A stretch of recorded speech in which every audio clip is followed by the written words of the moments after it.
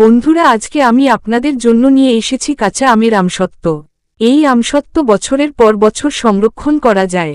প্রথমে আমরা কাঁচা আম কেটে ধুয়ে নেব। চুলায় একটি কড়াই বসিয়ে দেব। এরপর এর মধ্যে আধা লিটার পানি দিয়ে দেব। এরপর কেটে রাখা আমগুলি একে একে দিয়ে দেব। এরপর এর মধ্যে 1 চামচ লবণ, 1 চামচ হলুদের গুঁড়া, 1 চামচ রসুন বাটা, 1 চামচ সরিষা বাটা, 4টি কাঁচা মরিচ দিয়ে ঢেকে দেব। 15 মিনিট পরে ঢাকনা তুলে নেব। একদম সিদ্ধ হয়ে গেছে। এবার একটি চামচ দিয়ে নেড়ে নেব। এরপর সিদ্ধ আম ঠান্ডা করে ব্লেন্ডার করে নেব।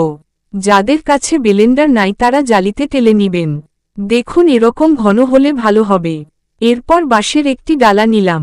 আপনারা চাইলে সিলভার বা স্টিলের থালা ব্যবহার করতে পারেন, তবে ডালায় দিলে শুকায় তাড়াতাড়ি। এরপর একটি চামচের সাহায্য আম ডালার চারিদিকে ছড়িয়ে দেব। শুকানোর পর আবার সিদ্ধ আম ডালায় দিয়ে দেব। এরকম করে শুকিয়ে নেব। এরকম বারবার সিদ্ধ আম দিয়ে শুকিয়ে নেব। এরপর এগুলিকে কুচি কুচি করে কেটে বয়মে ভরে অনেক বছর সংরক্ষণ করা যায়।